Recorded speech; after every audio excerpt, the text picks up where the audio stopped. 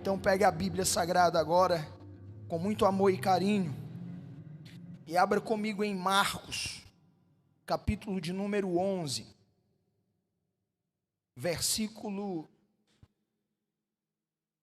de número 12. Marcos, capítulo 11, verso 12. Tivemos um probleminha com o Data Show hoje e estaremos sem a transmissão aqui no telão, tá? Então você vai acompanhar na sua Bíblia.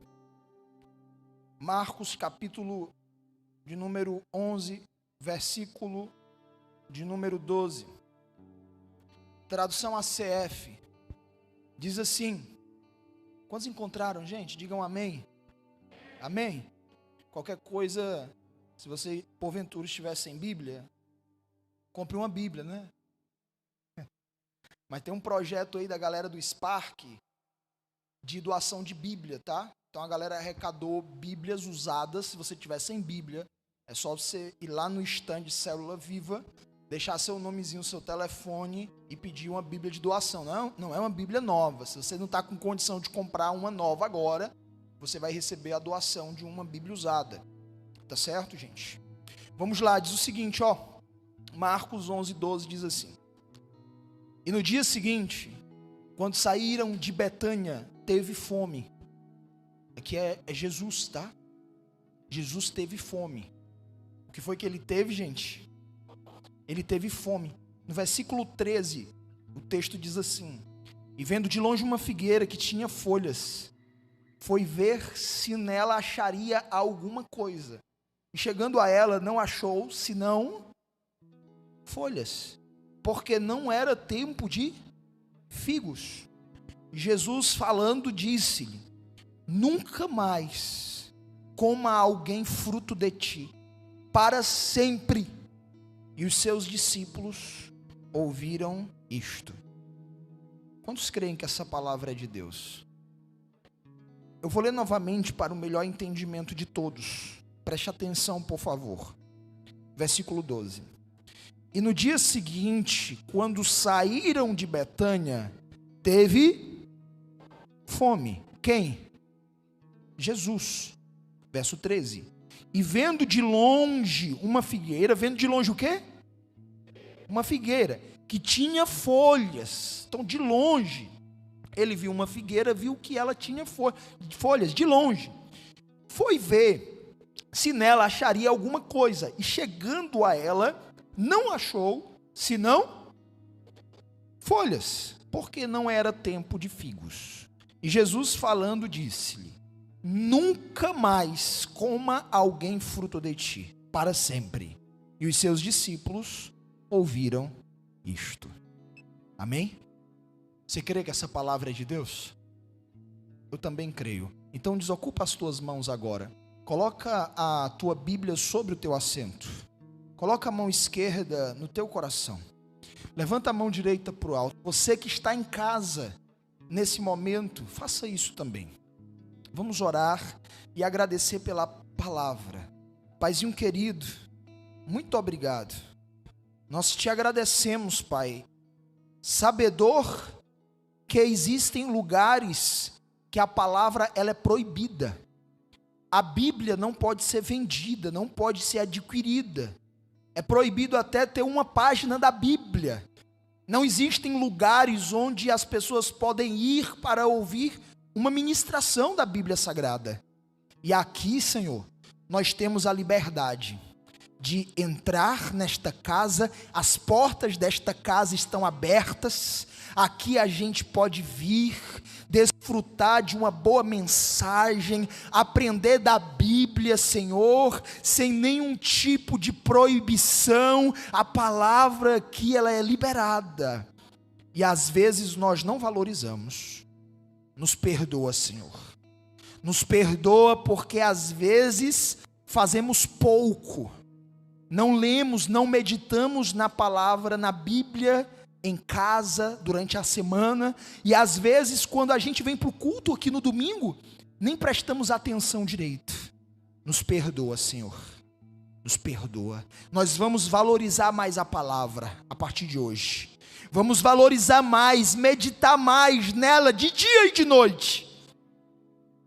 A palavra é vida.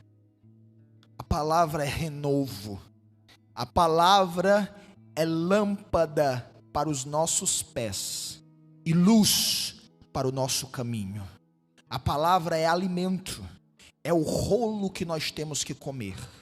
Obrigado, Senhor, por mais uma noite, onde nós estamos sentados à mesa, e o Senhor, como Pai, nos servirá com a Tua palavra. Fala conosco, diga, fala conosco, fica conosco, permanece conosco. Amém. E graças a Deus.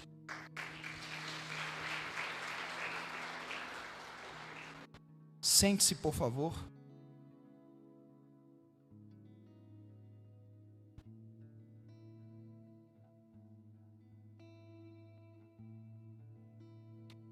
Coloque seu celular no modo voo, para que nada desconcentre você. Você que está mais lá para trás, a sua dedicação em se concentrar tem que ser ainda maior do que quem está aqui na frente. Porque quem está lá atrás, o movimento de todos que estão na frente, podem lhe tirar a atenção. Existe algo chamado plenitude. Deus, Ele quer que você receba na plenitude. Só que para receber na plenitude, você tem que ter atenção plena. E para ter atenção plena, você não pode se distrair. Se distrair com uma mensagem no celular, com alguém que se levanta. Eu até peço para que você evite estar se levantando. A não ser que lhe dê uma dor de barriga daquela, sabe? Que você não tem como se segurar. E aí você vai ter que se levantar para ir ao banheiro, né? Mas fica tranquilo, que se for o caso, quando você se levantar, todo mundo vai compreender, porque todo mundo já vai saber que você não está bem. Amém, gente? Então fica tranquilo que as pessoas são compreensivas, né? Mas o que não pode é por nada ficar se levantando, isso é falta de reverência. Nós estamos em um culto e estamos aqui para cultuá-lo. Estamos no momento da palavra, estamos em um momento que nós temos que parar para dar total atenção àquilo que está sendo dito, entender e levar para a prática do nosso dia a dia. E isso não é possível se você não estiver concentrado. Quantos entendem o que está sendo dito? Diga amém. Eu sei que tem pessoas que têm dificuldade de concentração, mas aí você vai passar por uma libertação agora. Diga, Senhor, eu quero me concentrar. Senhor, eu quero prestar atenção. Primeiro passo para quem tem dificuldade de se concentrar, sentar na frente. Quem tem dificuldade de se concentrar não pode sentar lá atrás, gente. Pode. Por isso que eu sempre sentei na frente. Sempre sentei na frente. Qualquer coisa assim eu fico olhando, eu digo, meu Deus do céu, não. Eu sento lá na frente. Sempre levo um caderno para anotar. Sempre levo um caderno para anotar. Detalhe, dependendo do pregador, eu ainda boto o celular gravando. Eu escrevo, coloco o celular gravando, que é para quando eu chegar em casa, se tiver passado alguma coisa que eu não anotei, eu vou escutar de novo. Mas aí o bom é porque você tem as ministrações gravadas no YouTube. E aí você pode ir lá e pode ouvir. Nem precisa ser gravado, né? A não ser que você queira ter um arquivo seu guardado. Quem está entendendo isso, diga amém. Amém, gente? Pastor, por que o pastor está falando isso? Para que a gente possa valorizar a palavra, gente. Valorizar a palavra. As pessoas, elas estão valorizando o que não tem valor e estão desvalorizando o que tem valor. Temos que valorizar mais a palavra. A Bíblia não tem que ser enfeite dentro da tua casa, não. A Bíblia tem que ser um alimento para o teu espírito. Você é tripartido, corpo, alma e espírito. Existe um alimento que é para o corpo. Se você não alimenta o teu corpo fica fraco. Existe um alimento que é para a alma. E a alma, ela precisa dessa blindagem. Ela precisa ser alimentada, ela precisa ser protegida. Tá? E existe um alimento que é para o espírito. E o alimento para o espírito é a Bíblia Sagrada. É a palavra de Deus. Tem gente que só se alimenta da palavra no domingo. Aí o que é que acontece? Você chega aqui quase desmaiando, quase que não chega na igreja. Fraco, só o caldo de bila. Fraquinho. Por quê? Passou a semana sem se alimentar. Você fica fraco, o espírito fica fraco. Tem que comer todo dia, você não merenda todo dia, você não almoça todo dia. Você não come todo dia, senão você fica fraco. Assim, eu estou com dor de cabeça, eu acho que é porque eu não comi direito. Quem já sentiu dor de cabeça porque não comeu direito? Levanta a mão. Entende? Quando você não alimenta o seu espírito, existem consequências também. Você começa a perder percepção, discernimento. Você começa a ficar lento para fazer a leitura correta das coisas. Você começa a fazer a leitura errada das coisas. Você começa a achar que uma determinada coisa é boa, quando na verdade não é. Por quê? Não está alimentando o espírito. Olha para a pessoa que está do seu lado e diga: valorize a palavra de Deus. Olhe para outra pessoa e diga: alimente o seu espírito diariamente. Nós estamos em uma série de mensagens com o tema A Trajetória de Lúcifer. Hoje é o 5º domingo. Tentaram me confundir de manhã dizendo que era o 6º domingo, gente. Mas é o 5º, né? Ou é o 6º? Nas minhas contas é o 5º domingo. Tem 4 ministrações lá no meu YouTube. Você que perdeu as ministrações anteriores, você pode ir lá no YouTube, Alisson Silvestre, vai ter lá a trajetória de Lúcifer 1, a trajetória de Lúcifer 2, a trajetória de Lúcifer 3, a trajetória de Lúcifer 4. E aí hoje, nas minhas contas, é o dia 5. Pastor, teve algumas coisas que o pastor falou que eu fiquei meio assim, eu não entendi direito na mensagem. É porque é a continuação dos dias anteriores. Aí você vai lá, quando você estiver em casa, tira um momento livre para poder estudar e aprender. Quem está entendendo isso, diga glória a Deus. Nós temos aprendido que o mundo invisível é que cria o mundo visível. Tudo o que está visível não é criado por aquilo que é aparente. Porque Deus é espírito. Tudo que existe no mundo visível foi criado primeiro no mundo invisível. Por isso que quando você vai para Efésios, o texto vai dizer, Paulo escrevendo à igreja de Éfeso, ele diz que nós fomos abençoados com toda sorte de bênçãos espirituais nas regiões celestiais. Ou seja, existe toda sorte de bênçãos disponíveis para você que é filho de Deus. Quantos filhos de Deus aqui? Filho de Deus, presta atenção. Tem um jargão aí lá fora que o pessoal diz assim: todo mundo é filho de Deus. Quem já ouviu isso? Quem já ouviu isso? Faça assim, ó. Nananina não. Faça assim, ó. Olha para a pessoa que está do teu lado, diz assim, ó. Todo mundo é filho de Deus? Faça com o dedinho assim, ó. Nananina não. Nem todo mundo é filho de Deus. Todos foram criados por Deus. João capítulo 1, versículo 12. É claro o texto quando diz que todos quantos o receberam, a estes é dado o poder de serem feitos filhos de Deus. Quem já recebeu a Jesus como seu Salvador aqui, levanta a mão e diz amém. Ok. Quem recebeu a Jesus como seu Salvador, essa pessoa recebe esse direito, esse poder de ser feito filho de Deus. Se você está aqui e você ainda não recebeu Jesus como seu Salvador, então você ainda não é filho de Deus. pastor, não diga uma coisa dessa. E agora, pastor, o que é que eu tenho que fazer? Aceitar Jesus, cara pálida.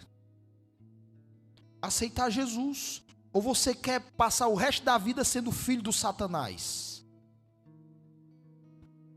Quando você vai para João 13:16, você vai ver o texto dizendo assim: e Deus amou o mundo de uma tal maneira que deu o seu único filho, ou filho unigênito, que significa único filho, para todo aquele que nele crê não pereça, mas tenha a vida eterna. Então, olha lá, até Jesus se sacrificar na cruz, ressuscitar ao terceiro dia, e você ter a oportunidade ali de recebê-lo como seu Salvador, só existia um Filho de Deus, que era o Cristo, o Messias. Ele era o unigênito, que significa o único filho. Mas, a partir dele, todo que nele crê, agora tem a possibilidade de se tornar filho de Deus. Aí Jesus, deixa de ser o unigênito, que significa único filho, e passa a ser o primogênito, que significa o primeiro filho, porque depois dele veio eu, veio você, veio a pessoa que está do seu lado, veio a pessoa que está atrás de você, veio a pessoa que está na sua frente, ou seja, agora são milhares de filhos espalhados dos quatro cantos da terra. Olha a transição do Antigo Testamento para o Novo Testamento. Quando transiciona do Antigo Testamento para o Novo Testamento, Deus revela as suas verdadeiras intenções. Quando transiciona do Antigo Testamento para o Novo Testamento, institui-se a igreja do Senhor na terra. Quando transiciona do Antigo Testamento para o Novo Testamento, revela-se a verdadeira intenção de Deus. Então vamos lá, verdadeira intenção de Deus, igreja instituída, Jesus, o único filho, depois passa a ser o primeiro filho, porque abre-se a oportunidade para mais filhos. Aí o que é que nós entendemos? Que igreja é uma família. Que igreja é composta por aqueles que se tornaram também filhos de Deus através de Cristo Jesus. Se igreja é uma família composta por filhos que se tornaram filhos através do sacrifício de Jesus Cristo, por isso que o apóstolo Paulo usa o termo filhos por adoção. Então, eu passo a entender que o desejo de Deus desde o princípio era uma família. Então, se a igreja é composta pelos filhos de Deus na terra, que receberam a Cristo e passaram a ser filhos por adoção, herdeiros e em Cristo co-herdeiros, então eu entendo que a igreja é a família de Deus aqui na terra, composta por seus filhos, que estão aqui para cumprir uma missão. Igreja não é para onde você vai, igreja é quem você é. A igreja, ela não tem quatro paredes, a igreja tem duas pernas. O culto não acaba na bênção final ministrada pelo pastor. Na verdade, o culto começa quando você sair por aquelas portas. porque você é a igreja do Senhor nessa terra. Você é a família de Deus nessa terra. Os discípulos dizem assim: mestre, nos ensina a orar. Você acha que um judeu de nascença não sabe orar? Com 12 anos no Bar Mitzvah, ele cita o Pentateuco, os 5 primeiros livros da Bíblia já de cabeça. Você acha que um judeu nascido judeu não sabe orar? Claro que ele sabe orar. Mas o que é que eles estão pedindo? Eles estão pedindo a revelação da verdadeira intenção de Deus, do mistério escondido. E aí Jesus olha para eles e diz assim: olha, Pai nosso, que estais nos céus, santificado seja o vosso nome. Presta atenção. Venha a nós o vosso reino. Seja feita a vossa vontade. Sabe como ela é feita nos céus? Que assim ela seja feita na terra. Gente, aí o ser humano que não gosta de pensar, pega o texto e fica repetindo, né? Como se fosse um robozinho, né? Só que o texto é uma revelação intencional dos princípios e dos desejos de Deus para a família dele que está sendo instituída na terra. Em nenhum momento na Bíblia Deus é revelado como Pai. E aí quando os discípulos dizem: mestre, nos ensina a orar, e Jesus diz assim, ó: Pai nosso. O que é que Jesus está dizendo? Nós somos filhos de um Pai que nos confiou uma missão: trazer o seu reino para a terra, viver a sua vontade, assim como ela é feita nos céus, trazer ela e vivê-la na terra. Jesus revelou isso em cada momento da sua jornada. Quando ele está lá no poço de Jacó, com fome, os discípulos tinham saído nas adjacências atrás de comida, porque já fazia um tempinho que eles estavam sem comer. E aí a mulher samaritana aparece, ele tem aquele momento com a mulher samaritana, né? Que se você beber da água que eu tenho para lhe dar, jamais você terá sede, etc. E ela é transformada ali, e ela sai e vai para a missão dela. Os discípulos chegam com comida, depois dele liberar a mulher samaritana, e na hora que os discípulos oferecem comida para Jesus, Jesus diz assim: não quero. Eles não entendem, porque estava na hora de todo mundo comer, inclusive Jesus. E aí eles ficam assim: será se alguém trouxe uma pamonha para ele, um cuscuz com ovo? Será se alguém trouxe comida para ele? Será se ele comeu de alguém, né? E aí eles oferecem novamente. Jesus utiliza aquele momento para ministrar na vida dos discípulos e diz assim: vocês sabem qual é a minha comida e a minha bebida? A minha comida e a minha bebida é fazer a vontade do Pai e realizar a sua obra. Diga uau! O que Jesus está fazendo, gente? Jesus está explicando nos pormenores, na prática, na conduta, o Pai Nosso. Seja feita a tua vontade, aqui na terra, assim como ela é feita no céu. Só que como é que eu faço a vontade dele aqui na terra? Como é que a vontade dele é feita na terra, assim como ela é feita no céu? Só recitando o Pai Nosso? Ela é feita quando eu abro mão da minha vontade para viver a vontade dele. Jesus passando por uma tribulação, uma aflição de morte, diz o texto.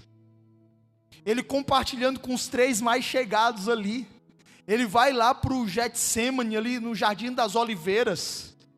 E ele se retira para orar sozinho e começa a clamar ao Pai. Ele estava passando por uma situação tão difícil, humanamente falando, que ele chega a suar sangue.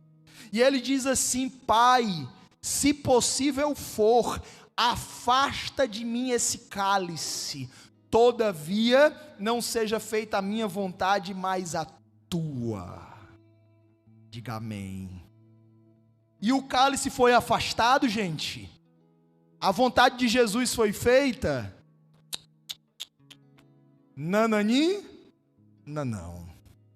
Foi feita a vontade do Pai. Agora o detalhe é, às vezes a gente não entende, mas a vontade do Pai é boa, perfeita e agradável. Olha para a pessoa que está do teu lado e diz assim: às vezes a gente não entende, mas tem coisa que a gente não precisa entender.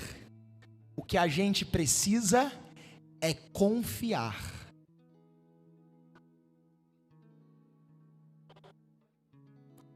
Amém, gente?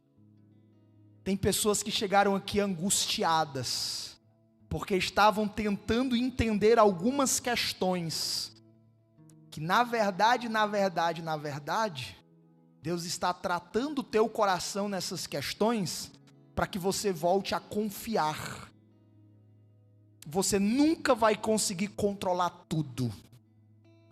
E aí quem tem esse temperamento controlador, né? Quer ter tudo ali nas suas mãos, no seu controle, se desespera, fica angustiado, fica ansioso, não consegue dormir. Hein, gente? E aí, e agora? Você está no trono? Você virou o seu próprio Deus agora? Saia do trono que não é seu. Saia do trono que não é seu, vá até o trono da graça, lance sobre ele as suas angústias, aquilo que lhe aflige, e ele tem um fardo que é mais leve do que o seu. Ele troca o seu fardo pesado pelo dele que é leve. Por isso que está escrito: vinde a mim, vós que estáis cansados e sobrecarregados, e eu vos aliviarei. Mas onde está a tua fé? Onde está a tua fé? A tua fé está no dinheiro. A tua fé está na empresa que você trabalha. Onde está a tua fé? Quem é o teu Deus? Porque o teu Deus é onde você deposita a sua fé. Tem gente que, se não receber o salário no dia, já fica sem chão, já fica desesperado. Por quê? Porque o seu Deus é o seu salário. Hein, gente? Para pensar onde que você está colocando a tua fé. Em quem você tem confiado. Tira do trono e coloca Deus no trono que é dele. Coloca ele no trono da tua vida e passa a confiar nele. Independente do que aconteça, do que esteja acontecendo, você vai fazer o que tem que ser feito, mas você vai conseguir pousar a cabeça no travesseiro e dormir em paz. Pastor, e não é para ser assim? Mas a grande maioria assim não tem vivido.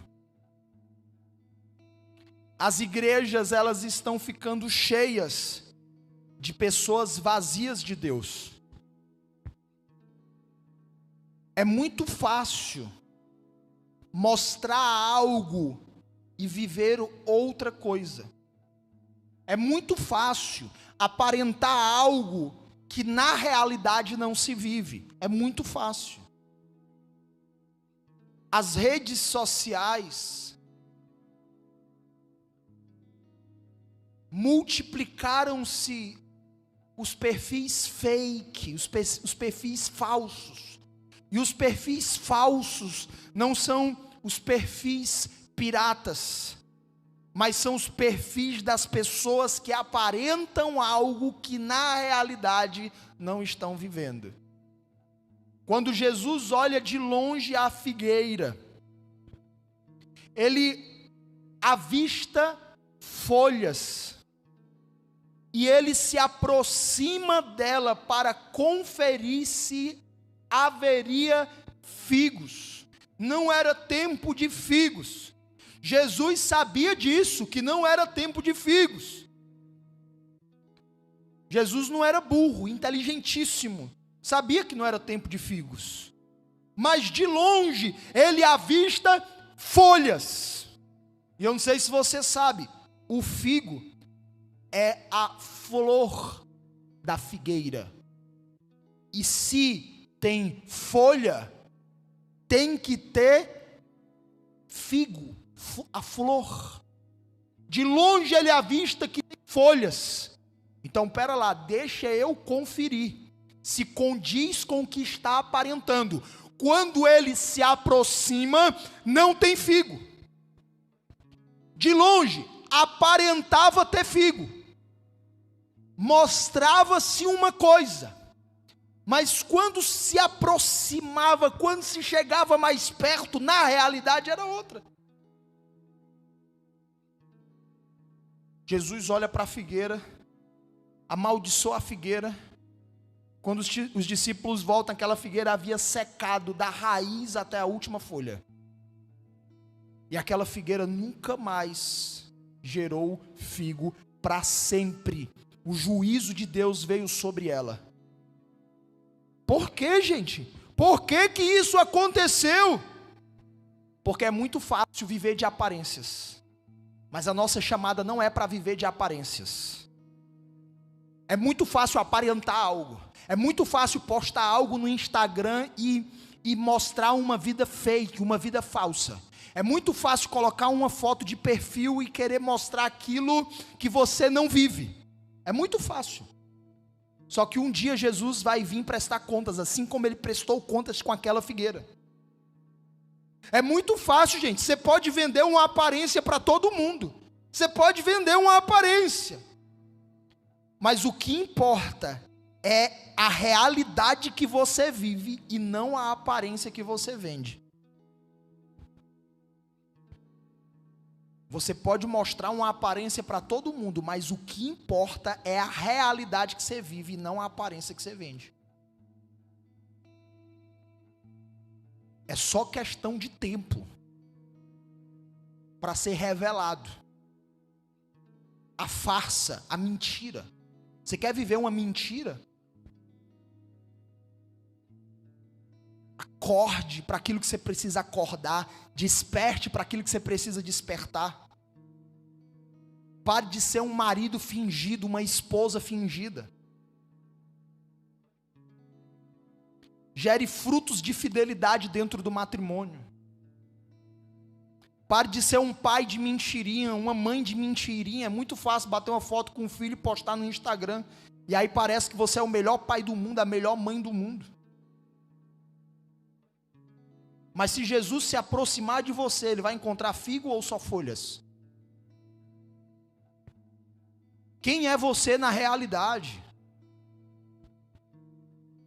É muito fácil mostrar algo no trabalho, gente. É muito fácil mostrar algo aqui dentro da igreja. Quem é você dentro de casa? Se chegar para entrevistar quem mora com você dentro de casa, qual relatório Jesus vai receber ao teu respeito? Nós podemos vender uma aparência para todo mundo, mas o que importa é a realidade que você vive e não a aparência que você vende. Está esperando o quê para passar a viver uma realidade de frutos, de honra? Está esperando o quê? Se você esperar muito, pode ser que não dê mais tempo, porque para aquela figueira não teve mais jeito. O que tem de pessoas ressentidas, chorando lágrimas de amargura, desejando voltar no tempo para fazer diferente, não podem mais. A sua família destruída, seu casamento acabado, desejando voltar no tempo e fazer diferente, mas não dá mais. O que é que você está esperando acontecer? Você está esperando não ter mais jeito? Você está esperando chorar lágrimas de amargura e não ter mais como reverter, para desejar reverter? Você está esperando algo morrer na tua vida, para começar a levar Deus a sério? Deixa eu te falar uma coisa, com Deus não se brinca. Fale para duas pessoas, com Deus não se brinca.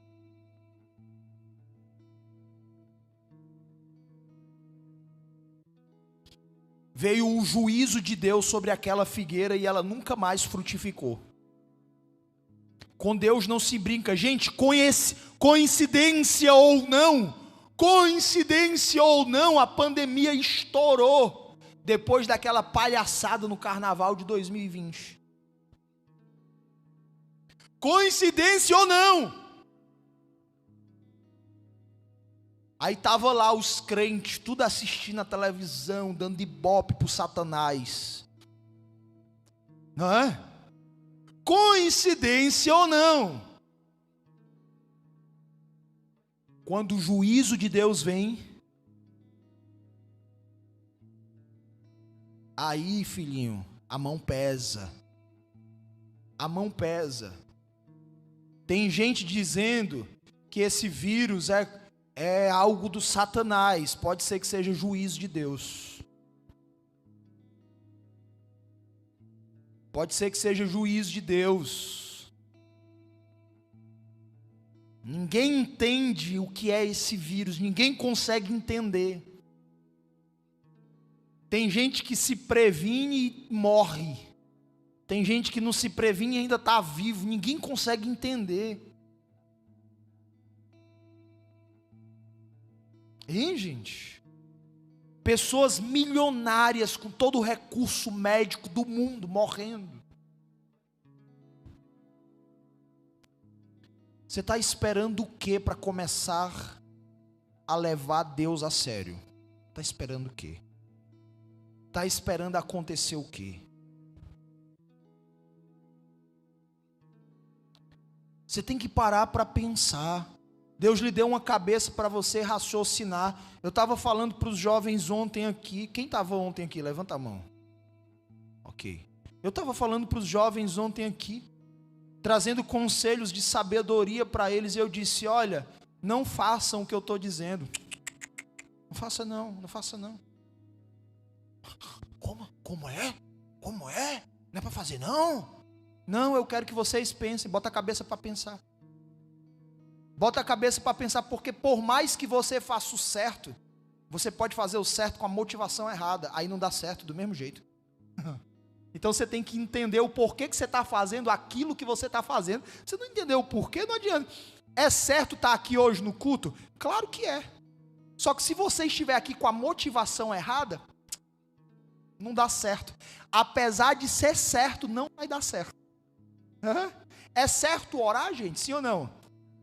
É certo orar, mas o apóstolo Tiago vai dizer assim: tem gente que ora e não recebe. Por quê? Porque ora com a motivação errada. Vocês pedem e não recebem por causa da motivação do vosso coração. Entende? Eu estava falando isso para os jovens ontem. Eu digo: olha, vocês têm que pensar, cara. Começa a pensar no que eu estou dizendo. Começa a analisar as opções que tem na tua vida. Cara, eu vou viver... Eu tenho essa opção aqui, viver do jeito que eu sempre vivi. Tenho essa opção aqui, viver que nem o meu colega, meu amigo. Tenho essa opção aqui de analisar aqui o que o pastor Alisson está falando. Tenho essa outra opção aqui, o meu tio que gosta muito de mim e sempre me diz isso aqui. Aí deixa eu pensar aqui, todas essas opções daqui a 5 anos, cada uma, se eu escolher esse caminho daqui a 5 anos, eu vou estar onde? Para onde esse caminho vai me levar? Aí você vai analisando, cara. Você vai analisando, Deus te deu uma cabeça pensante. Bota essa cabeça para pensar. Eu poderia aqui só pregar para você. Só que se você não pensar, não adianta. Eu estou falando o que eu estou falando aqui para vocês. Jesus fazia os discípulos pensar direto. Jesus libera uma palavra dura, porque é uma palavra que mexe, aí um bocado vai embora. Embora. Fica só 12. Aí Jesus olha para os 12 e diz assim: e vocês não vão embora também não? Força a pensar ou não, gente? Força sim ou não a pensar? E aí os cabos ficam assim, ó. E agora, eu vou embora? Se eu for embora, qual é o meu destino? Se eu ficar, qual que é o meu destino? Aí Pedro toma a frente e diz: para onde iremos? Se só tu tens as palavras de vida eterna. Então, ele para e pensa, os outros caminhos têm vida eterna, esse aqui tem. Bota a cabeça para pensar. Se você não raciocinar, você não vai chegar em lugar nenhum, você vai ser mais um religioso dentro de uma igreja local. E não é isso que Deus tem para você, não é isso que Deus quer para você. Jesus amaldiçoou a figueira seca. Gente, presta atenção. Quando Deus cria, e criou Deus os céus e a terra, Gênesis 1:1, para cada coisa criada, Ele prescreve uma lei, designa um anjo para guardar aquela lei prescrita. Quem lembra dessa ministração, domingo passado? Ok? Essa figueira tinha folha, mas não tinha figo. Jesus amaldiçoou ela seca. Vai ter um anjo que vai ter que responder. Vai ter um anjo que vai ter que responder. Você já aprendeu que os anjos existiam antes de Deus criar o homem, porque Ele foi criando a terra, e para cada coisa criada, prescreve uma lei e designa anjos. Anjos príncipes com batalhões de anjos sobre a sua liderança para guardar aquela lei prescrita. Domingo passado eu ensinei sobre isso, depois você vai lá no YouTube para aprender. Tá? E aí o planeta está povoado de anjos guardando leis que foram prescritas para as coisas criadas. Por exemplo, o vento.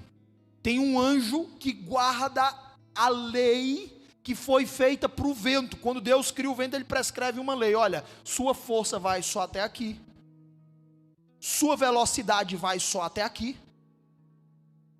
Quando há uma ventania que destrói casas, um anjo falhou em guardar a lei prescrita para o vento.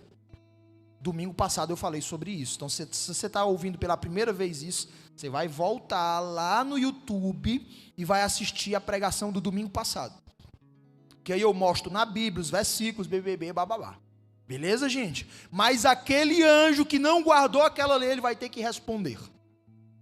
Ele vai ter que responder. Tinham anjos antes, haviam anjos aqui, e existem ainda anjos aqui. Inclusive a Bíblia vai nos ensinar que nesse momento, onde o Espírito Santo toma a boca de alguém para ensinar, para falar, os anjos atentam para esse momento e param para aprender. Até os anjos param nesse momento para aprender e para atentar à palavra. E tem gente que não para atentar e para aprender. Como pode? Como pode, gente? Pega a Bíblia e abre comigo em 1 Pedro 1,12. 1 Pedro 1,12. Lá no finalzinho da tua Bíblia, depois de Tiago, antes de João.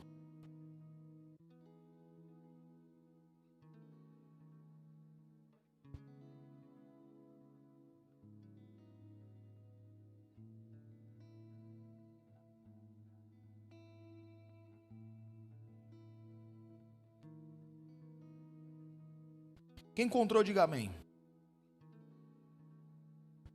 Diz assim. Posso ler? Diz assim, 1 Pedro 1,12. Aos quais foi revelado que, não para si mesmos, mas para nós, eles ministravam estas coisas que agora vos foram anunciadas por aqueles que, pelo Espírito Santo enviado do céu, olha só, o Espírito Santo que foi enviado do céu, tá? Vos pregaram o Evangelho. Então o Evangelho, o Espírito Santo é enviado do céu. O camarada que cheio do Espírito Santo anuncia o Evangelho. Preste atenção. Anuncia o Evangelho. Olha aí, a parte C diz assim, ó. Para as quais coisas os anjos desejam bem atentar. Tradução CF aqui. Quando você é tomado pelo Espírito Santo e começa a anunciar o Evangelho, até os anjos param para atentar, param para ouvir, param para aprender, porque você vai falar de coisas que nem eles sabem. Sabia disso? Quando você abre a boca cheio do Espírito Santo, você fala coisas que nem os anjos sabem. Pastor, tem coisas que os anjos não sabem? Não. Por exemplo, o que significa Cristo? Eu falei nos domingos atrás. O que significa Cristo? Cristo significa Messias. Diga Messias. Então vamos lá. Cristo significa Messias. A palavra Messias, ela já vem rolando a história desde o Antigo Testamento, porque o Messias no Antigo Testamento é o esperado no plano de redenção para a salvação da humanidade. Então, lá no Antigo Testamento, que eu falei para vocês que é a preparação para a vinda do Messias. Quem lembra que eu ensinei isso nos domingos anteriores? Quem lembra? Ok? O Antigo Testamento é a preparação para a vinda do Messias, do Cristo. Tudo que acontece no Antigo Testamento é preparação para a vinda do Cristo. Só que Cristo significa Messias. Só que ninguém sabia que o Cristo, o Messias, seria Jesus. Ninguém sabia, nem os anjos. Nem os anjos sabiam. Ou seja, nem Satanás sabia. Porque Satanás, que é o adversário, o inimigo das nossas almas, ele é um anjo. Só que um anjo caído. Ele é o Ben-Shahar. Já expliquei isso para vocês lá na ministração 2. Quem lembra, levanta a mão. Ok. Dos anjos criados, a terça parte caiu. Quem lembra do teatrozinho da pizza aqui? Quem lembra? Levanta a mão. Pronto. A terça parte caiu. 2/3 ficaram de pé. Essa terça parte que caiu são os anjos caídos, que tinham sido criados para guardar e proteger, e agora caídos, eram luz e viraram trevas, porque não existe treva que outrora não tenha sido luz. Ok, gente? Se existe trevas é porque teve luz e a luz foi removida. Esses anjos que eram de luz e caíram, viraram anjos das trevas, que hoje a gente conhece como demônio. Satanás e seus demônios, tá? Eram anjos de luz que caíram. Consegue entender isso, gente?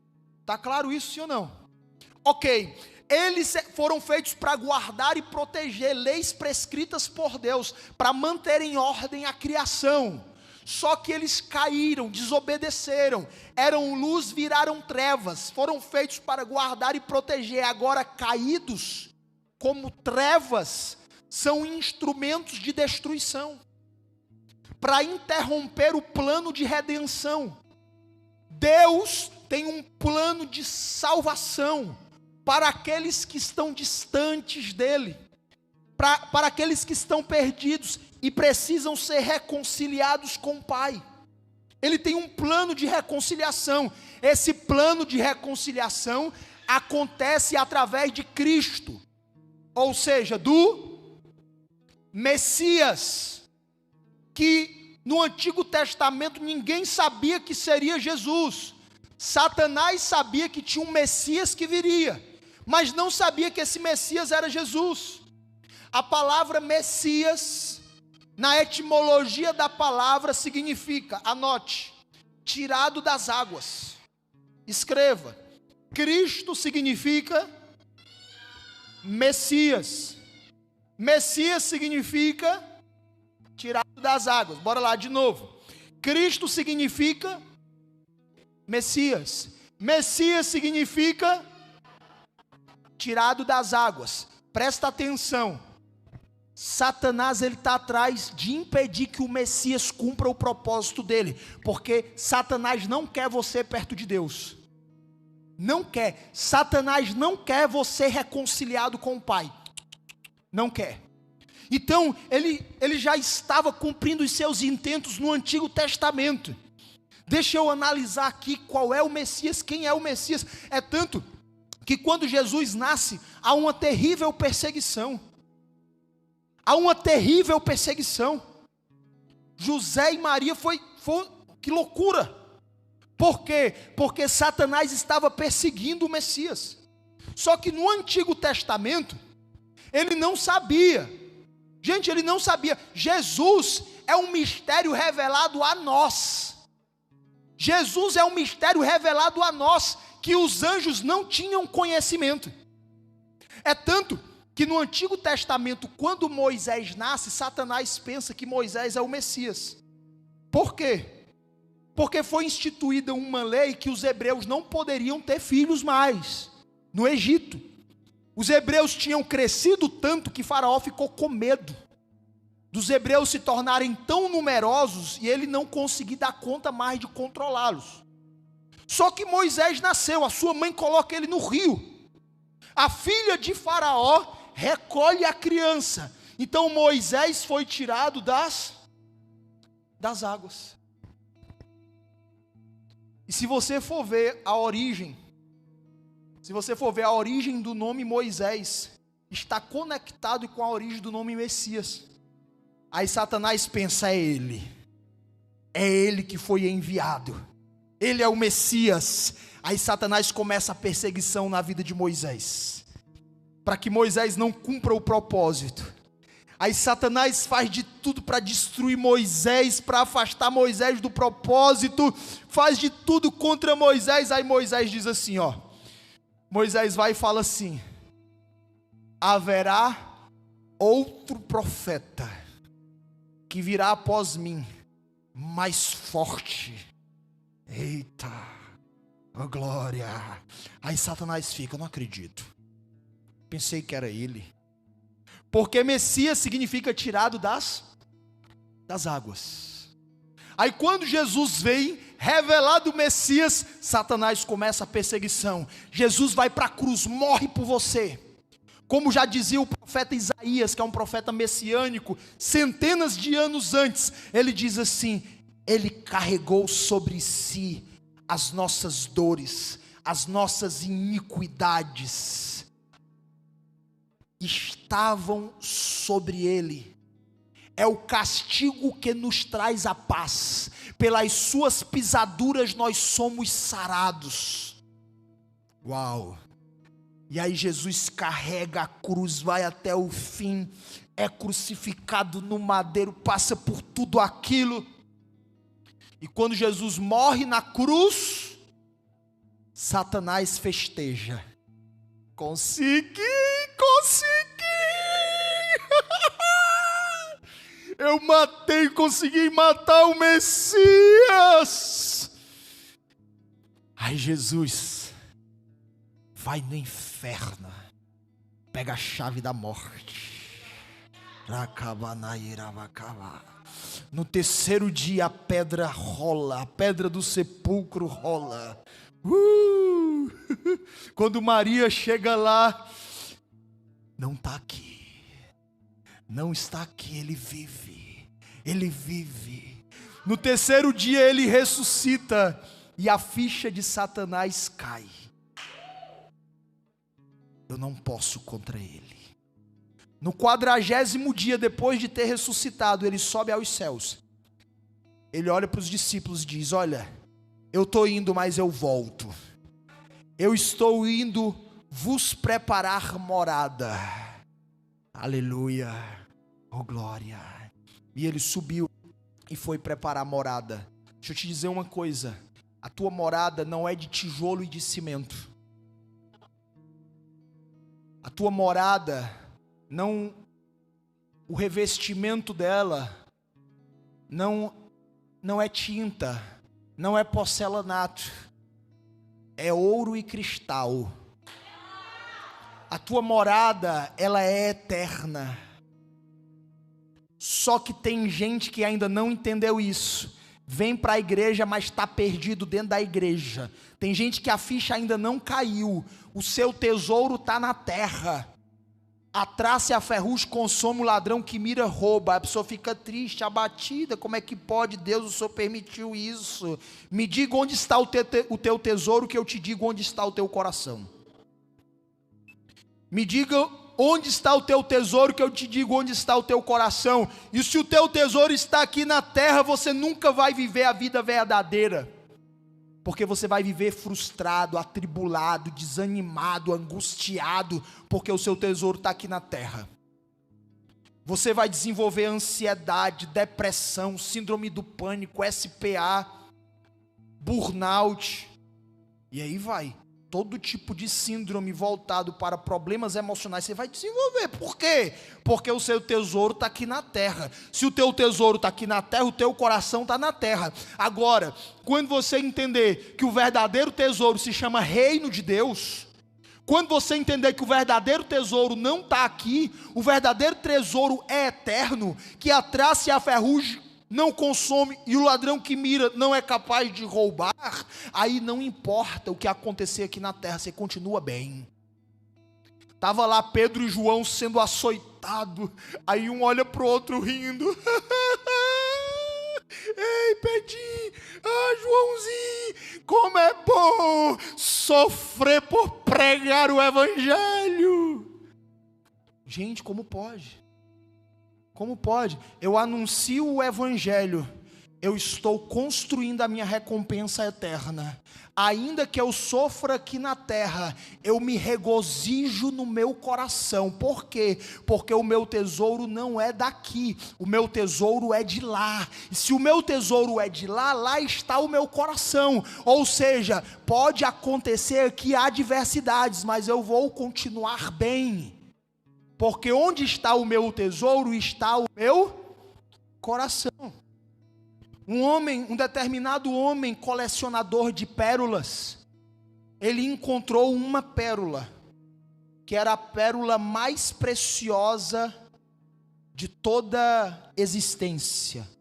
Ele encontrou a pérola mais preciosa, e em troca dessa pérola mais preciosa, ele deu todas as pérolas que ele tinha, para ficar com essa pérola que era a mais preciosa de todas as pérolas. Assim, semelhante é o reino de Deus. Palavras do Senhor Jesus. Quando você encontra a pérola mais preciosa, que é o reino, você entrega tudo de precioso que você tem, em troca dessa pérola, que é a mais preciosa de todas as pérolas. O mistério que não tinha sido revelado, foi revelado somente a nós, chamado Jesus, está batendo na porta do teu coração.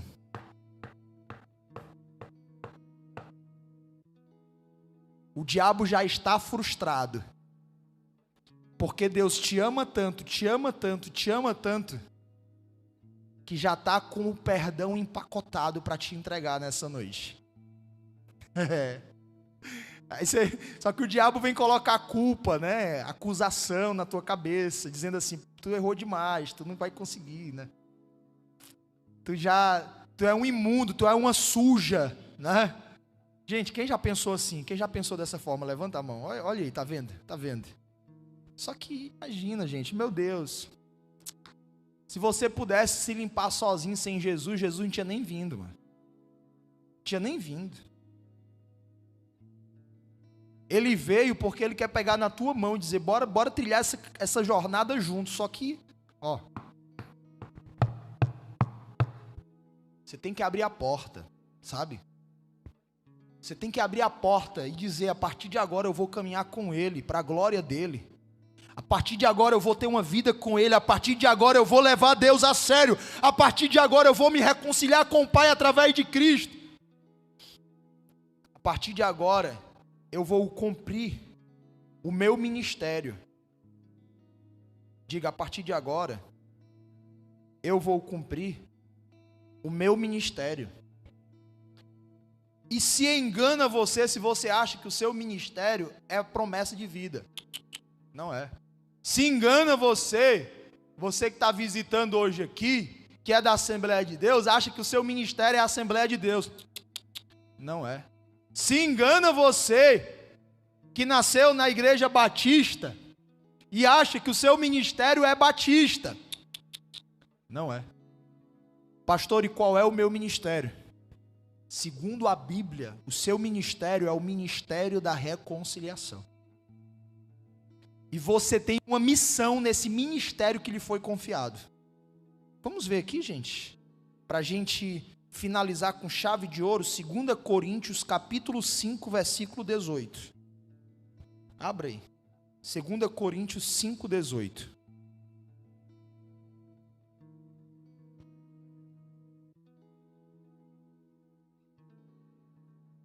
Quem encontrou, diga glória a Deus. Amém? Presta atenção, ó. Se você não encontrou, escuta. Leremos o verso 18 e o verso 19. Diz assim: tudo isso provém de Deus, que nos reconciliou consigo mesmo por meio de Cristo, e nos deu o ministério da reconciliação. Ixi, pastor não sabia nem que tinha isso na Bíblia, olha. Quando alguém perguntar assim, qual é teu ministério? Aí tu vai dizer, é o da reconciliação. Abre aí em 2 Coríntios a tua Bíblia. Hein, gente? Meu Deus do céu, é para matar os religiosos, né, do coração. Ó, então, ele te deu o ministério da reconciliação, dando continuidade aqui à leitura. Ou seja, que Deus em Cristo estava reconciliando consigo o mundo, não lançando em conta os pecados dos homens, e nos confiou a mensagem da reconciliação. Escuta, ele te deu o ministério. Qual é o ministério? Ministério da reconciliação. Nesse ministério da reconciliação, ele te confiou algo. O que foi que ele te confiou? A mensagem da reconciliação. Ou seja, você tem um ministério que Deus te deu, através de Cristo, o ministério da reconciliação, e ele te confiou a missão de anunciar a mensagem da reconciliação. Está escrito, e nos confiou a mensagem da reconciliação. Quem tem pessoas na sua família que precisa se reconciliar com Deus? Levanta a mão aí. Pois você tem que anunciar essa mensagem. Quem tem pessoas no seu trabalho que precisam se reconciliar com Deus? Levanta a mão. Pois Deus te deu o ministério da reconciliação. Ele confiou a você a mensagem da reconciliação. Ele quer usar você para levar a mensagem, anunciar a mensagem da reconciliação para essas pessoas no seu trabalho. E ele vai te dar estratégias para você fazer isso. Não é você vai lá subir na cadeira, lá no teu trabalho e dizer, olha, vós pecadores, raça de víboras, vocês vão para o inferno. Não, pelo amor de Deus, você vai ficar desempregado. Né? Pastor, eu fiz o que o pastor disse, eu perdi e foi o emprego. Olha. Misericórdia, né, gente? É o mapa mental, né? Quem estava na terça-feira aqui, eu expliquei sobre o mapa mental. Quem estava? A pessoa diz, aí eu digo uma coisa, a pessoa ela entende dentro da vida crentez dela, tudo errado, né? Tudo errado, porque ela tem um mapa da vida dela de crente e ela pensa que o pastor Alice está dizendo o que o outro pastor dela disse há 10 anos atrás na outra igreja que ela congregava, mas não tem nada a ver. Aí qual é o correto? É você anotar. E aí depois você manda uma mensagem para o pastor Alice, pastor Alice, me explica melhor, quando o senhor disse isso aqui, o que era que o senhor estava querendo dizer na prática? Porque eu entendi algumas coisas, mas pode ser que o meu entendimento tenha ido para o caminho errado. Faz uma pergunta, né? Os sábios fazem perguntas. Diga glória a Deus. Amém ou não amém, gente? Ou seja, Deus te confiou o ministério da reconciliação e te confiou uma mensagem. Não se cale, com sabedoria, anuncie a mensagem da reconciliação. E Deus vai te usar com poder e graça, com muita sabedoria, com muita destreza, maestria. Pastor, mas eu não tenho estudo, não tem problema. Você tem o Espírito Santo? Quem tem o Espírito Santo?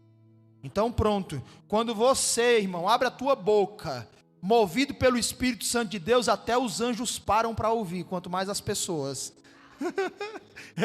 O apóstolo Paulo disse: olha, eu não vos falo com palavras eloquentes e de persuasão, mas é no poder do Espírito. Aleluia, glória, amém. Então quando você, irmão, se coloca na dependência de Deus e abre a tua boca e deixa Deus te conduzir com sabedoria, não é tolice, é com sabedoria, até os anjos param, quanto mais as pessoas. E as pessoas vão dizer: poxa, eu estava precisando dessa palavra. Amém, gente? Quem topa viver o seu ministério? Diga glória a Deus. Qual é o teu ministério? É o da reconciliação. O que foi que o Senhor confiou a você? A mensagem da reconciliação, que precisa e tem que ser anunciada. Glória a Deus, gente.